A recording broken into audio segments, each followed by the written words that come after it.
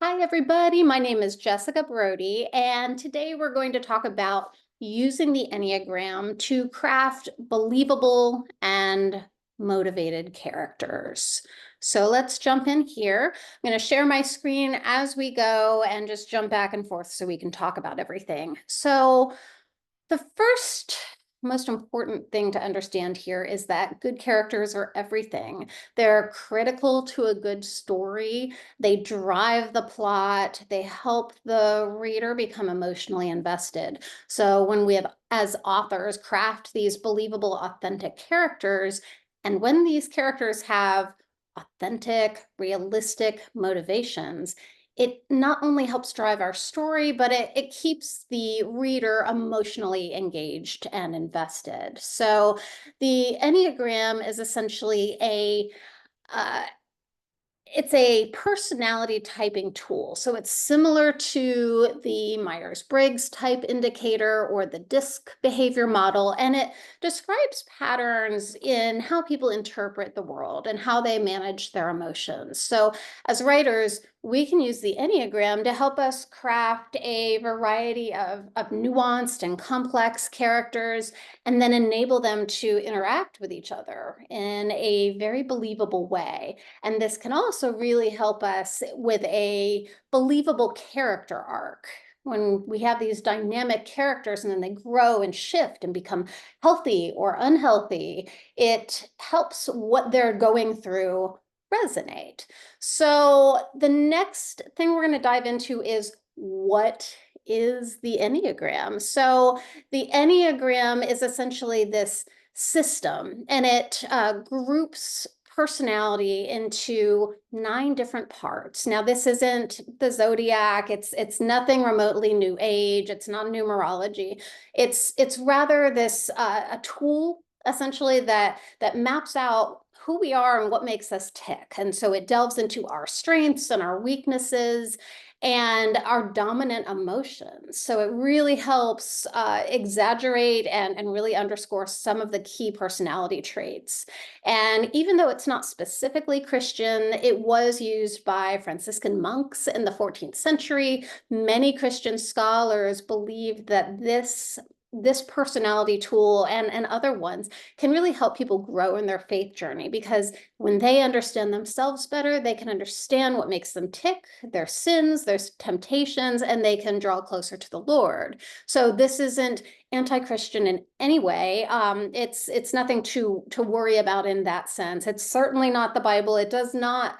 It really doesn't become the be all and end all of any person, but it just helps us kind of figure out what makes us tick a little bit better. And if you're interested in some more reading, these are some of the key books that really can help you dive in and learn a little bit more. The Road Back to You by Cron and Suzanne Stabile, and The Enneagram, A Christian Perspective by Richard Rohr and Andreas Ebert. So all right, so let's look at why do we use the Enneagram to craft our character. So why would we do this? Well, first of all, compelling characters, like we talked about, that's a critical element of any good book. And good characters, they pull us in. They pull us in emotionally, but they also pull us in intellectually. And the best characters, as we've all probably learned from 6th grade literature class or English class, is the best characters are dynamic. They're not static. So they're going to change over the course of the book, and their growth might be the whole plot of the book, or it might evolve along with the plot. So it might go hand in hand. And what's also very important to understand is the best characters are not perfect. So just like we are, they are flawed, they're human beings, and they need to be believable. So, and this isn't just the main character. It's not just the protagonist. Every major character that is in the book needs to be believable and have their own growth arc. And that's including the villain. So, and bottom line here is that it can be hard to create believable characters, and the Enneagram can help with that. So there are 9 basic Enneagram types, and I'm going to run down them one by one here. It is essentially number one is the reformer or the perfectionist. Number two is the helper. Number three is the achiever or the performer. Number four is the individualist, also known as the romantic. Number five is the investigator. Number six is the loyalist. Seven is the enthusiast. Eight is the challenger. And nine is the peacemaker. So, all right, so we're going to dive into each of these one by one so you can really understand what all the types are, maybe some good examples of people in literature that, or in movies, movie characters, book characters, anything that can really help you wrap your head a little bit better around this. Now, obviously, this is not and it's not an exact science in any way. It's just meant to be a tool. So just keep that in mind. If Hermione Granger, which is our first example here for number one, the reformer perfectionist, or Atticus Finch from To Kill a Mockingbird, if these people don't hit you as a one type, as a perfectionist, and you have somebody better, by all means, keep that in your head. These are just meant to be kind of guidelines and really help you figure out what these people are like. So any of you who have seen Harry Potter might remember that Hermione is always just so concerned about getting things right and having the precise pronunciation for all of the things that she does, and studying and getting A's and being at the top of her game. And it's the same thing with Atticus Finch, but in a different way. If you've read or seen the movie To Kill a Mockingbird, he's driven, he's trying to get everything just right. He operates from this innate desire to do things excellently. And so the key to Enneagram Type 1 people is it's this deep underlying need to be perfect. It's to make the world into an ideal. So it's a desire to right the wrongs in the world, a very deep sense of justice and honor about doing the right thing. Another thing, though, is they're very, very attuned to fault. They can be judgmental, nitpicky. They notice when things are out of place. So if a type 1 walks into the living room and they see that the blankets are on the ground and the pillows are sort of tossed wherever, they're going to notice that. Or if they walk into the workplace and they notice someone's got papers all over their desk, they're going to notice that, and this might bother them. And so it won't always matter in every area of a one's life, but this is the sort of thing a one is known for. So now, other important things about a one that you should be aware of is they also have a basic need and also a deadly sin that is associated with their personality type. So their basic desire as a perfectionist reformer type is righteousness and excellence. So that's what they want out of the world. Well, their deadly sin, the thing that they struggle with, is this deep-seated anger and a wrath at the world, at themselves, at making things just right. So at their healthiest and best, they're filled with serenity. They've achieved a peace in life. They understand perfection isn't the goal, and they understand they can be imperfect and yet still loved and worthy. But at their worst, they can be really, really nitpicky, critical, very difficult people to be around. So, all right, so moving on, we're going to jump into number 2, and that is the helper. Now, for those of you who've seen Lord of the Rings or read Lord of the Rings, Samwise Gamgee is a great example of a helper. He's there, he's always willing to pitch in and help and do what he needs to do to help his friend Frodo. Peeta Mellark from the Hunger Games, he's generous and over the top, kind and always willing to pitch in. Snow White, she ran into the woods and found this house with these dwarves, and she just jumped in and did what she could to help them. They are natural helper types. And so for them, they are anticipating the needs of others. They are uh, really just generous. They want to be liked. They want to please everyone. They're emotion oriented and relationship centered and almost image conscious. They want to be seen as someone who's there and someone who can help. Deep down, it's kind of sad, but deep down, the type 2, the helper type person, believes they can't be loved for who they are. So they need to help others in order to win the approval of the world. So they need to be needed. And usually they expect it in return. So if they need something, they expect, because they've spent so much time helping others, others should want to help them or naturally help them. And when this doesn't happen, things can get a little sticky and tricky. So a couple things about the type 2, they have as their basic desire love, and that's giving it, but it's also getting it in return. And so on the flip side, their deadly sin is pride. And so for someone who is usually so humble and generous, you wouldn't think pride, but the reason pride is such a temptation or a tricky place for type 2 people is they essentially they assume they're indispensable. So they almost have this inflated view of their own value. They maybe assume everybody else has these big needs, but they're okay. They don't have the needs. Everyone else's needs are more important. Their needs are fine.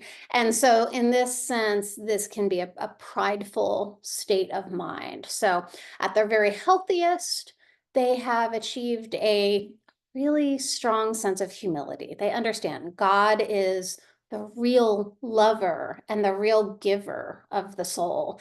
And we, as his instruments, only reflect this love. And we're only giving it out of our love for God and God's love for us. But at their worst, they can be resentful, manipulative martyrs. If they feel wronged, they can get deeply cruel. And so this is a tough place to be in for a 2. So, all right, moving on to number 3. And so this is the achiever, also known as the performer. So a few key types here. We have Buzz Lightyear, we have Tiana, we have Iron Man Tony Stark. He has these 2 personalities. He's this rich billionaire, and he's also this superhero saving the world with everything at his fingertips. Jay Gatsby from The Great Gatsby. These are essentially hardworking, overachieving, ambitious people. They're successful. They're always on. It's that guy or that girl. They are hardworking. They avoid failure, and they're really competitive. So everything is about cultivating an image and being almost like a shapeshifter in a sense, who can switch personas. They have a lot of masks that can hide their true selves at times. And interestingly, they don't always understand their feelings. So often they're copying other people's feelings. And big for them is this deep need to prove themselves, to prove their worth. So for them, their biggest desire for number 3 is being valued.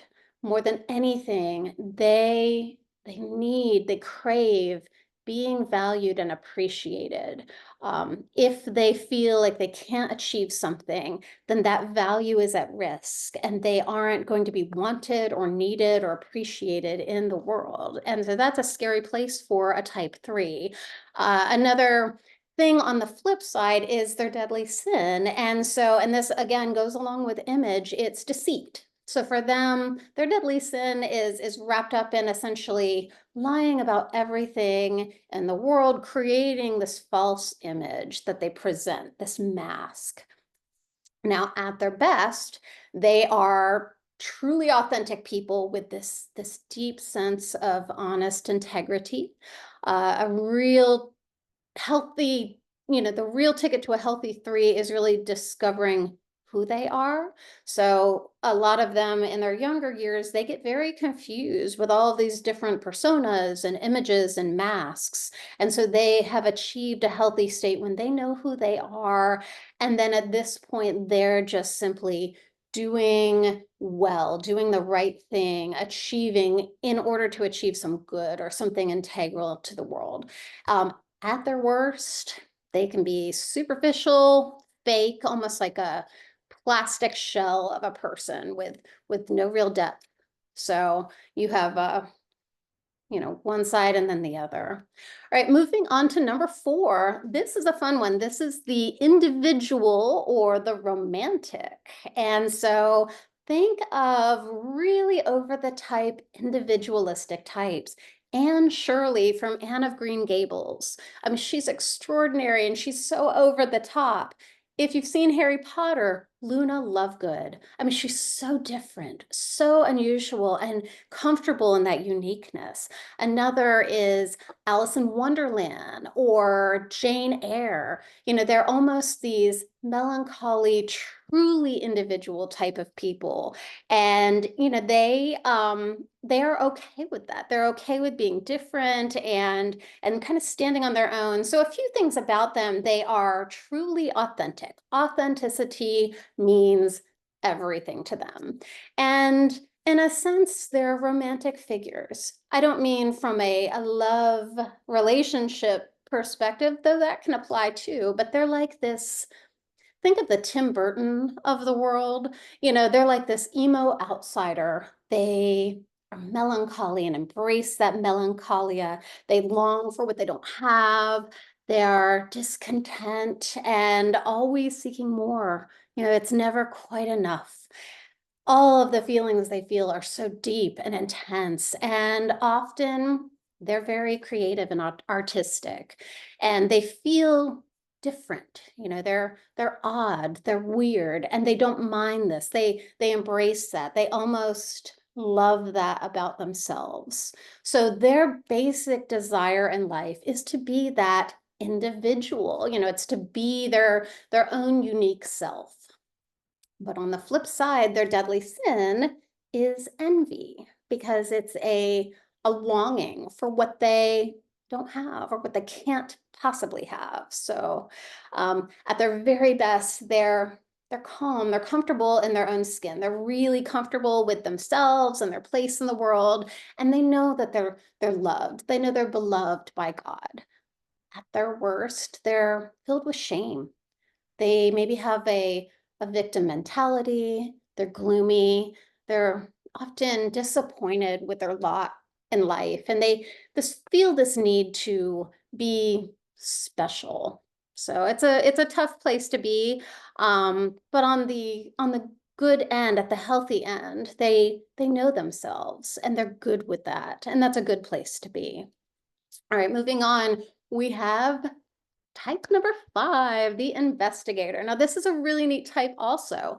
So the investigator, some good fictional characters to wrap your mind around this. Think about Sherlock Holmes. He's the classic investigator, just, into himself and just looking for the details and wanting to know all the data and the analysis and what are the facts. If you've seen or read the book, Queen's Gambit, Beth, Beth is a great example of a number 5 Enneagram type. Think of also Back to the Future's Doc, just a mad scientist in his lab, and he's obsessed with everything. And so this is a very intense cerebral type. They're perceptive and innovative. They're known for being independent and curious and very, very, very very smart, very intelligent, and they can be a little secretive and isolated at times. They're always looking for the answers. They are extremely analytical, logical. A lot of times this is, well, actually, in truth, this whole type is fear driven. So they're trying to find the answers for some innate need to seek the truth and to understand. And for them, more than anything else, knowledge is key.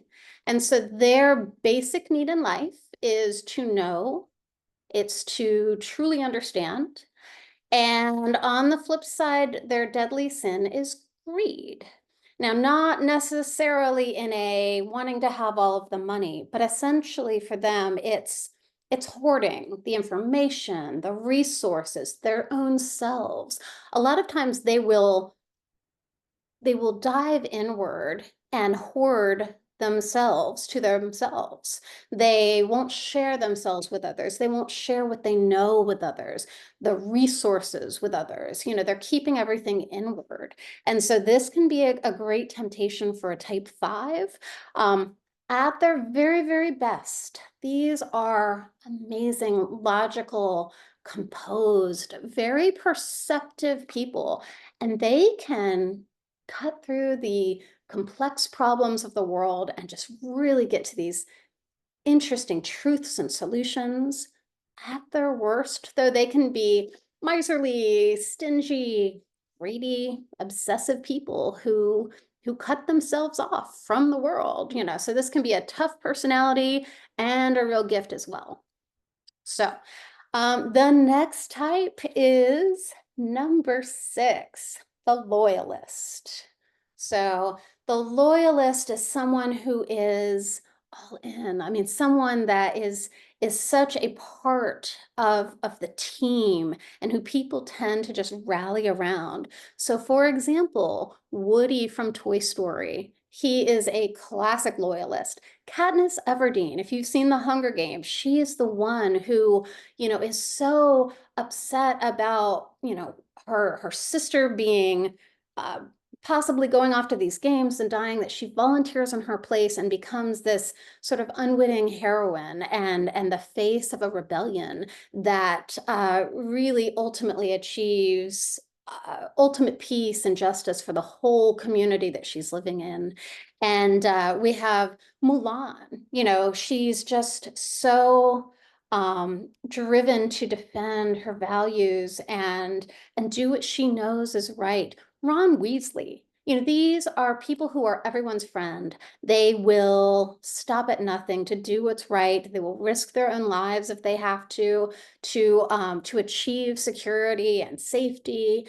They are hardworking, reliable, trustworthy people.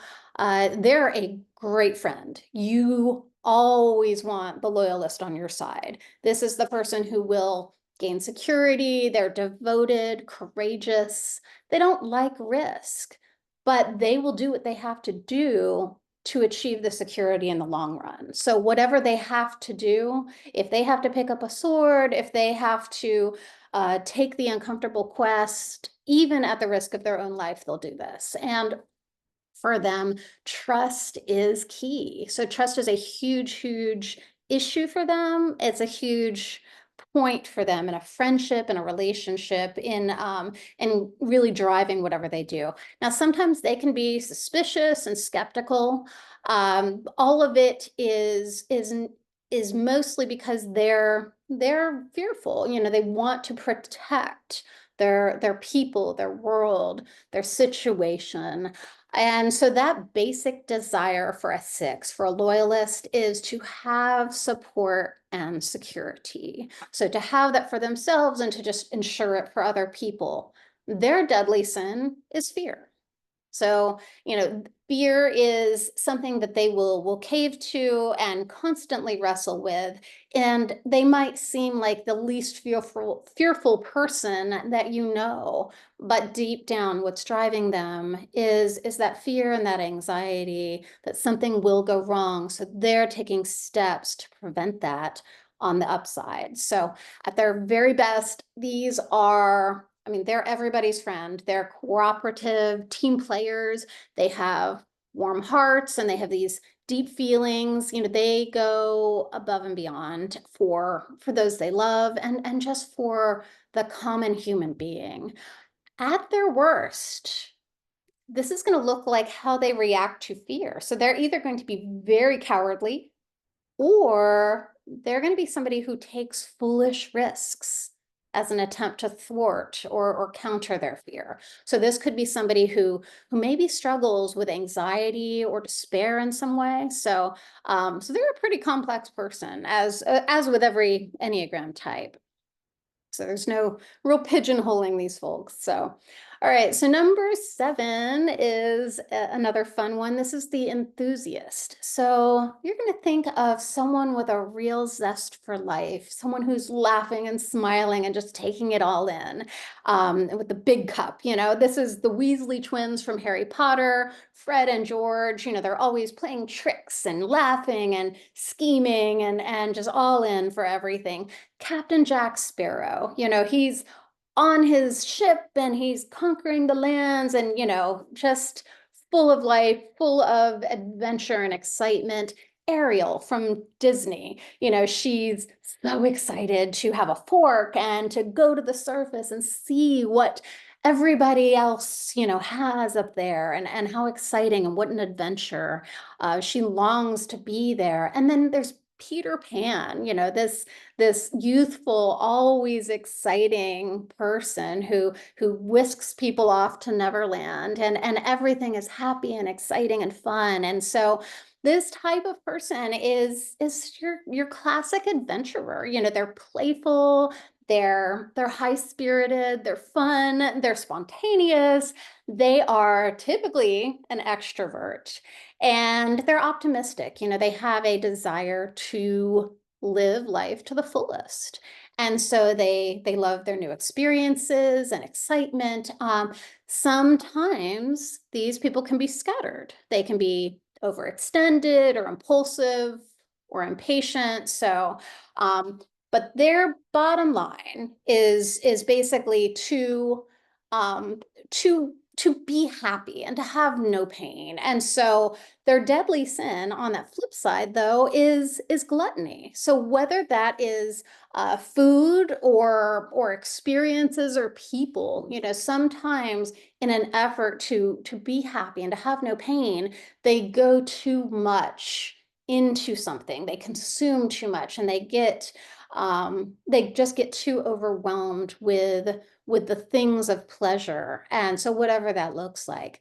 So at their healthiest and their best, these are very grateful and deeply appreciative people. They really understand the goodness of life. They radiate joy, and they bring this hope and cheer to other people. At their worst, though, they can be reckless and impulsive and erratic.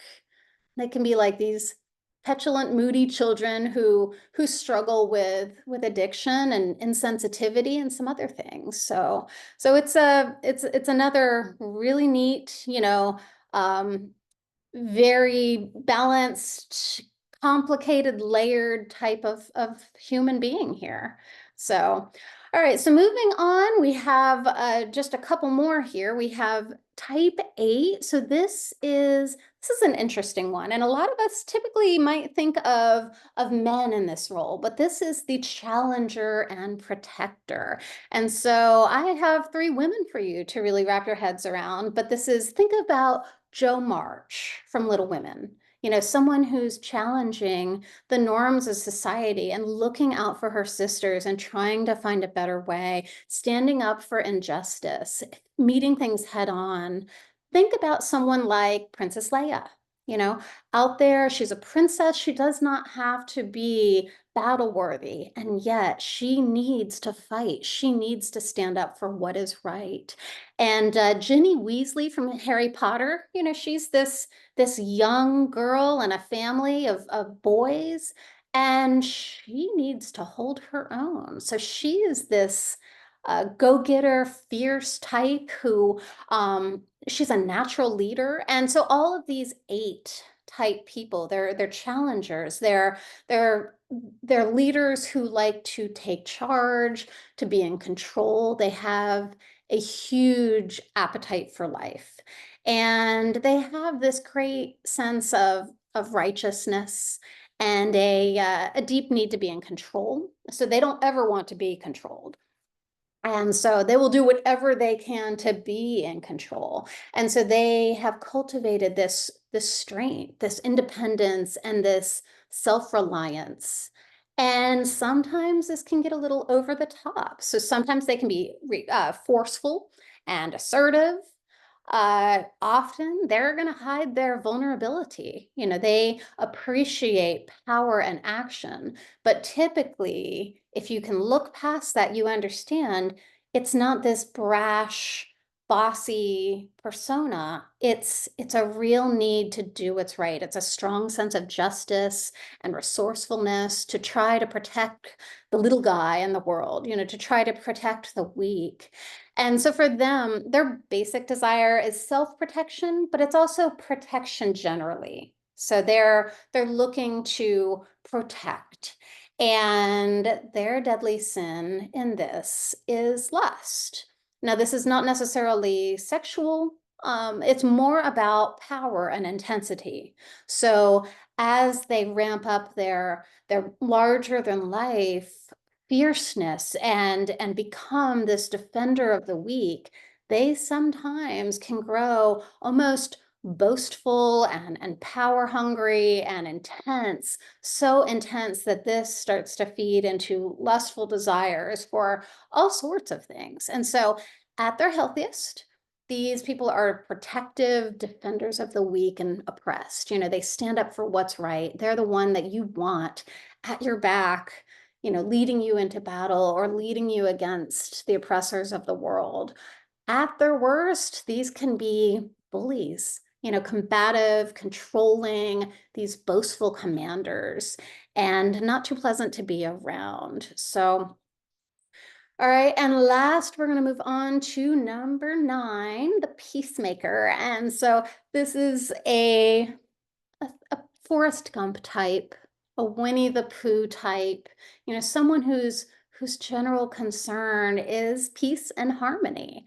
So I think of Frodo Baggins. All he wants to do is go back to his peaceful home and just live his life in a simple way. Dorothy, all she wants is to help her friends get what they need to get and get back, to a peaceful, happy existence. She's always thinking of someone else. So the peacemaker is exactly this kind of person.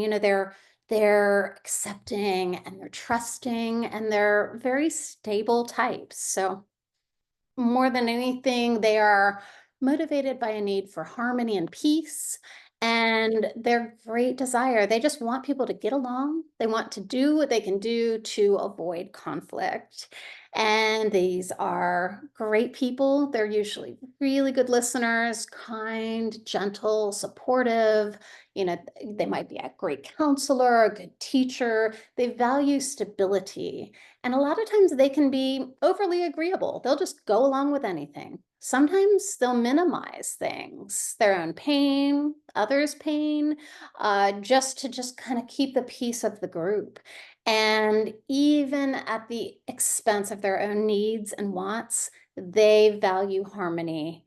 So they'll put harmony of the household, of the group, of anything above anything else. And so that can be dangerous, but it can also be a blessing. And so their basic desire is, of course, peace and harmony, this wholeness, but their deadly sin on the flip side is sloth. And that's not just laziness, but think about it more like inertia. A sloth is a very slow animal and they have this low energy level. And so a peacemaker can get so concerned about everybody else that their temptation is to repress, or they grow numb, or they have this lack of energy, this inward inertia that that even can translate to laziness. So that's the deadly sin of the peacemaker. Now, at their very, very best, these are very emotionally stable types. They're supportive. They're very good at bringing people together and being connected with others. And you want to have a peacemaker in your life. They can really show how to bring about contentment. At their worst, though, they can be like sleepwalkers, just drifting through life and putting their own needs last out of this desire to achieve peace at any price. So, all right, so looking at the three types, we can notice a few things about them. So they're all grouped into little triads. So the heart, or the feelings groups, those are twos, threes, and fours. So the two is the helper, the three is the achiever, and the four is the individualist. And so each of these are really centered on feelings and emotions. So the two, the helper, externalizes those feelings. So they're really worried about, what do other people feel? And they worry about that far more than their own needs. Now, the number four, they internalize those feelings. They're really worried about, what do they feel? They're going around being melancholy and sensitive and having all this alone time and really analyzing life and they're very wrapped up in their own feelings. Whereas the threes, the achievers, they're almost in this middle strange place of denial. They're not even sure what they feel. They almost don't want to have those feelings because they're trying to rise above their feelings. So the next triad, the head type, is 5, 6, and 7. And so this is the type that's really about thinking. And so they're fear-based and thought-based and cerebral. They're analyzing situations. So a 5, which is the investigator, they externalize all of these thoughts and fears. So they think the world is scary, so I can control it by collecting data and analyzing information or withdrawing from the world. Whereas the 6, they're just denying it. They're like, I'm not fearful, I'm fine. But I can't trust anybody. So they're going to take steps to make sure everything is secure. And then on the flip side, we have the 7, which is the enthusiast, and they're internalizing that fear. They're just burying it so deep. So they, instead of feeling that fear, they want to get rid of it. They want to seek pleasure to avoid that fear. They don't want the pain and they just want to be happy, so they distract themselves. And then finally, we have the body triad, or the gut, and that's sort of like your gut reaction. That's your innate emotion of anger and rage. And so for the 8, which is the challenger, they're externalizing that rage. They're angry at the world, so they're going to protect and challenge and defend. The 9, the peacemaker, they just don't want anything to do with anger. They're just, I'm not angry. Why would I be angry? I just want peace. Everything's peaceful.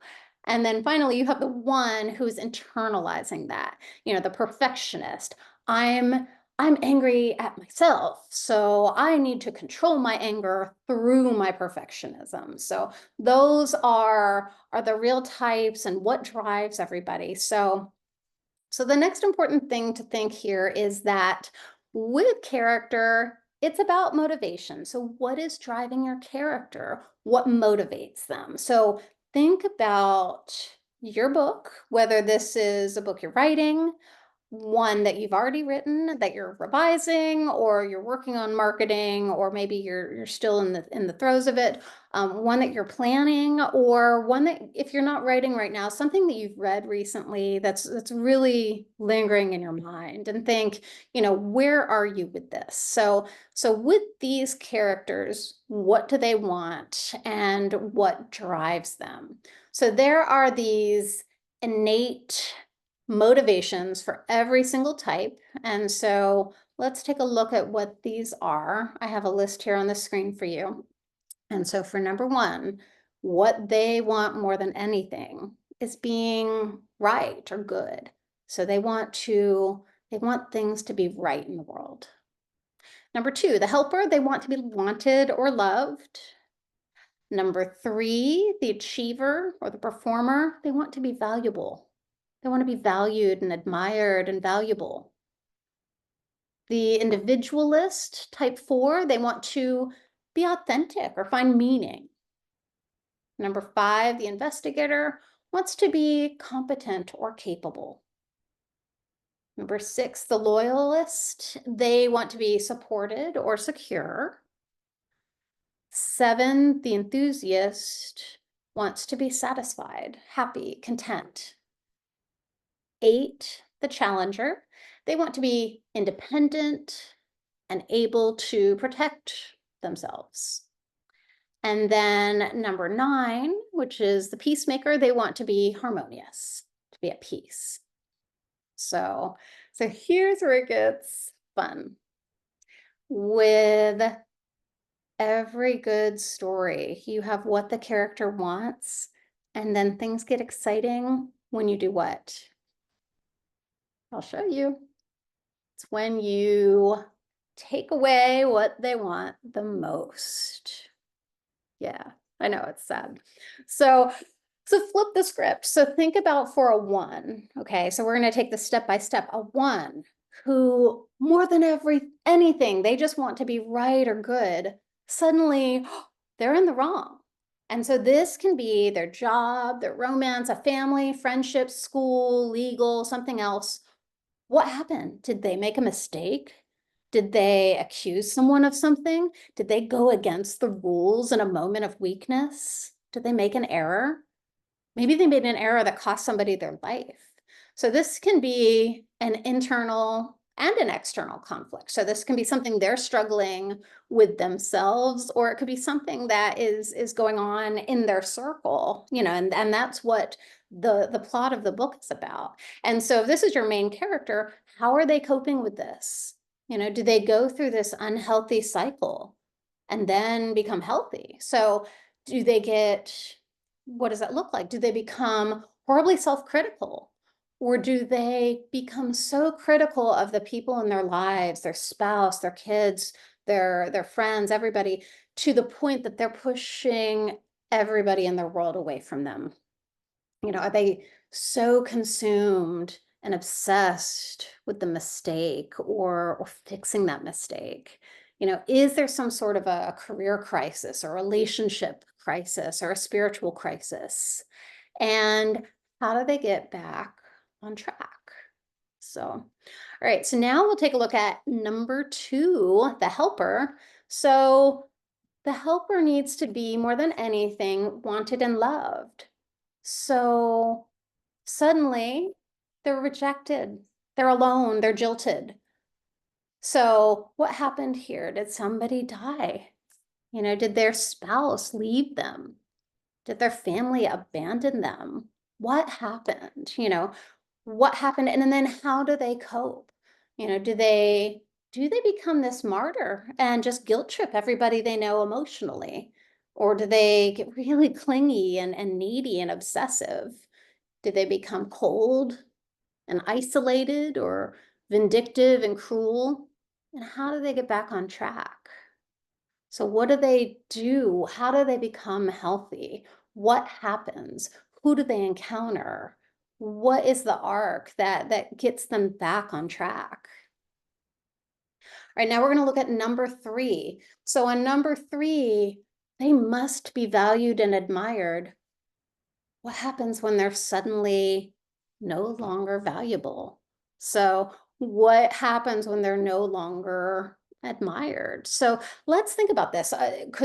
Is this an aging movie star who's now disfigured or ailing? Is this somebody who just suddenly lost their wealth or their political power? So what happened in their life? Is this something they did? Are these external circumstances? And so how do they cope with this? Do they become depressed? Do they get crazy with this? Do they become power hungry? Do they become plastic surgery obsessed? Maybe they steal and lie to regain their money and their status on their path to hitting rock bottom so that they then can realize that's not what this is about and they understand how to get healthy again. So what happens here? All right, next we'll take a look at number 4. And so number 4 is the individualist. And remember, for number 4, they need to be special, authentic, meaningful. What happens when they suddenly become empty or average or meaningless? So maybe this is an artist who got a bad review. Maybe this is a person who was a big shot in a small town who moved to New York or LA or Paris and realized they were like everybody else. Did they somehow lose what made them feel special? So were they an artist who went blind, a singer who lost her voice, maybe an athlete who became paralyzed? So what happened that stilted them and caused this crisis? And then how do they cope? Do they give up? Do they want to die? Do they quit? Do they sink into melancholy? Or does envy drive them mad? So how do they get back on track after this? Right now, looking at 5, this is the investigator. So this is somebody who must be competent and capable, and then suddenly they're incompetent and incapable. So think about, what could this look like? Is this a journalist who lost their job or made some huge mistake and got fired? Is this maybe it's a detective who had a stroke or some brain issue? Maybe this is a scientist who had a big study, but it somehow revealed this major flaw. Maybe somebody died or something, and the research is shot, and now all the funding is gone. So what happened to flip things upside down for them? And then how do they cope? Do they become a hermit? Do they retreat inwards? Do they hoard the truth or the data to themselves? Do they just push away their loved ones? What do they do? What happens? Now moving on to number 6. So number 6 is the loyalist, and that is someone who needs to be supported and secure. Suddenly they're not safe or secure. So how could this play out with your character? Is this a housewife whose husband got laid off or became incapacitated? Is there some sort of war or famine in their community? Maybe they were violently attacked, or a loved one was violently attacked. Their spouse died. Somehow their whole life turned upside down and things are no longer secure. Things are no longer safe. How do they cope? What do they do?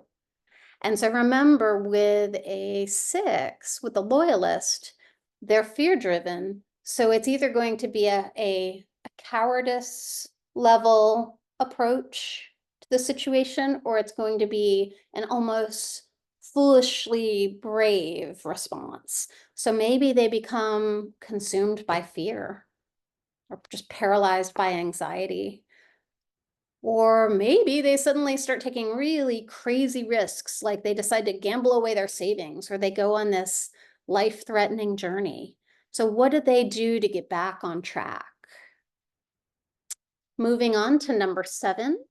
So that's the enthusiast. That is somebody who must be pain-free and happy, and suddenly they're sad and grieving. So what happened to get them here? Did a loved one die? Did they get diagnosed with cancer? Did they lose a limb? Did they get so caught up in that pleasure that they somehow cultivated an addiction? Did they cheat on their spouse or accidentally cause some sort of an awful disaster? So what happened? Everything was great and now it's not. And they're shell-shocked. So how do they cope? What is their unhealthy cycle like? Do they succumb to addiction? Do they lose everything? Do they become depressed? Do they run away from their ailing loved one? What do they do to try to fix this And then what do they learn to try to get back healthy again?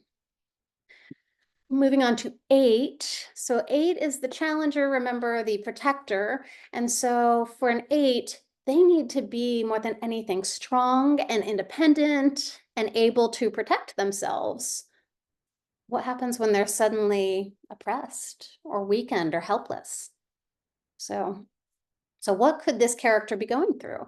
Did they suffer some sort of a physical setback, a calamity like an illness or an injury? Was there some sort of war or government oppression or major, uh, problem? Did something just come in and just take everything they had out of nowhere? Did some did some bully, just this insurmountable obstacle, just enter the picture and take over? Or did they get so caught up in protecting what they have that they themselves became the bully or the oppressor? So what happened here to where now they're dealing with this fallout? And so what do they do? Do they give up? Do they go crazy with vengeance? Do they become a bigger bully or oppressor, thinking that's the answer? They're going to match that power with power and then everything's awful. What happens? What is their cycle like? And so how do they get back to where they're in a healthy place, and how do they evolve? And then the very last one is a 9. This is the peacemaker. And so this is someone who must be peaceful and harmonious. What happens when they're suddenly surrounded by conflict? So what happened in their life? Did war tear apart their nation? Do they suddenly, is everything great in their home and they're a mom or a dad, and suddenly they have a teenage child who's become hostile and argumentative? Are they a kid in a household with parents who are constantly fighting? Did they get married to their dream man or woman, but somehow find themselves in an abusive or a toxic situation? So what happened to where they thought everything was peaceful? Now it's not. So how do they cope? What do they do? Do they succumb to this and endure just to keep the peace? Do they just fade away? Do they enable and minimize? Do they fight back? Do they let go? Do they finally realize that true peace isn't necessarily lack of conflict? So how do they get back on track? So when you go through all this, the next neat thing that you can do with Enneagram and the character is take different types and merge them together. So imagine you have a 1, which is the perfectionist, and the 7, who's the enthusiast. Now you have this perfectionist meets the spontaneous fun seeker. What does that look like? What if you have this 1 and all of a sudden there's this really annoying, always on, always exciting, adventurous person in their sphere? Do they like that? Do they hate that? Do they buck against it? How does that impact them? Does it help them? Does it hurt them? Does it drive them nuts? So look at what that can do to your story. Another thing is, and this can be major characters, side characters, villains, everything. All of this can come into play. Look at a 2 and a 5.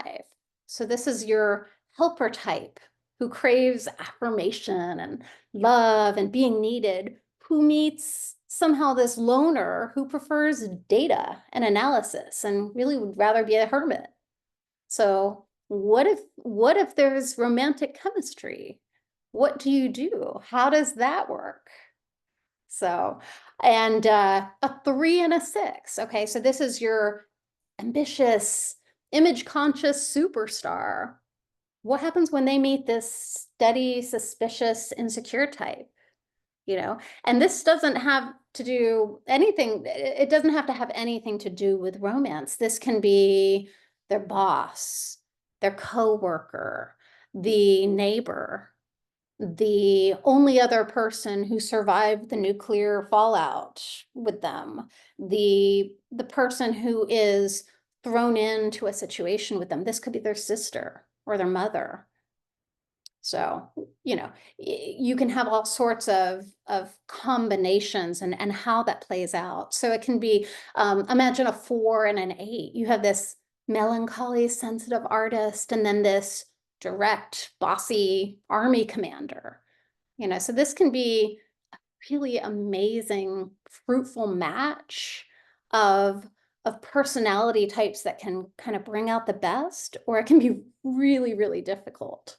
So now we're going to get into your turn with trying this at some of your characters and some of the things that are playing around in your types. So what we're going to do now is take a look at, I'm making available to you a handout, but right now I've made this graphic and I'll share this with all of you, but this is sort of a cheat sheet graphic here of all the different types and what their basic needs are and what their deadly sins and all of this. All of this material will be available to you, but take a look and really spend some time thinking about your character and, who do you, I guess, who are you writing about right now? Who are you wanting to write? What is, whether this is, maybe it's something that you've already written, or maybe it's something you're working on right now, so take a look at what you have. And now we're going to dive in to a few questions. So first one is, think about your main character. What is your main character's Enneagram type? So if you have a piece of paper right now, go ahead and grab a pencil and a piece of paper, take the handout that you might or might not have printed, and take a look at, what do you think your main character's Enneagram type? And then refer back to this. So I have a loyalist in one of the books I've written called Tangled Roots. And her biggest goal in life is to be secure and supported. She has had a lifetime of chaos and complexity and dysfunctional family and all of this. And her deep, dark sin and fear is fear. So that is, her basic need in life is to have the support, and this fear that enters the picture is the deadly sin that's threatening to just tear everything down. So think about, what does your character want in life in the book? So for my character, Tiff, she wants to get married to Bobby and erase her past and just go on like nothing, nothing is a problem, and pretend that her mother, who's an alcoholic and abusive, really did die all of those years ago, and pretend all of these fictions that she's created about her life really are true. What is getting in the way of this? Well, Tiff's brother gets released from prison, and he's a born-again Christian, and he needs to come live with her. Only she hasn't told her fiance about her brother. So this is a problem. So the conflict, what is the conflict? What does she do? How does she cope with this? As a 6, what does she do? Does she take a foolish risk, or does she try to hide? So in her case, she gets cowardly. She tries to pretend like nothing's wrong and everything's just push it all away. And this is backfiring. And this is causing other problems. So in your book, with your character, what is the conflict? How are they coping in an unhealthy way for their Enneagram type? What should they be doing? What should they be doing? So dive in and take a look at yours, write some notes down, and then consider who else is in their life, either as a major character or a side character, and what are their Enneagram types. Now think about whether these types need to change. So are they feeding the conflict? Are they diluting the conflict? Do you have a 6 paired with